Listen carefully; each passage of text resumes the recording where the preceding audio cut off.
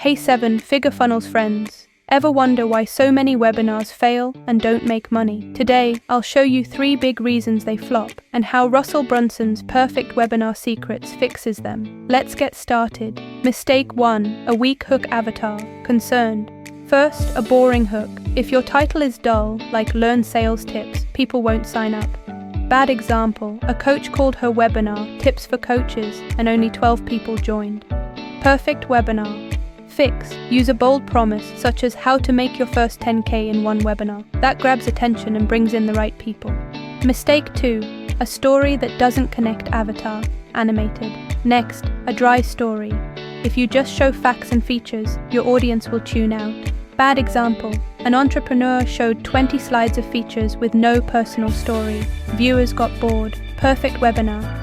Fix. Tell your no-hole story. Share where you struggled, how you found the solution, and how life changed. This keeps people interested and builds trust.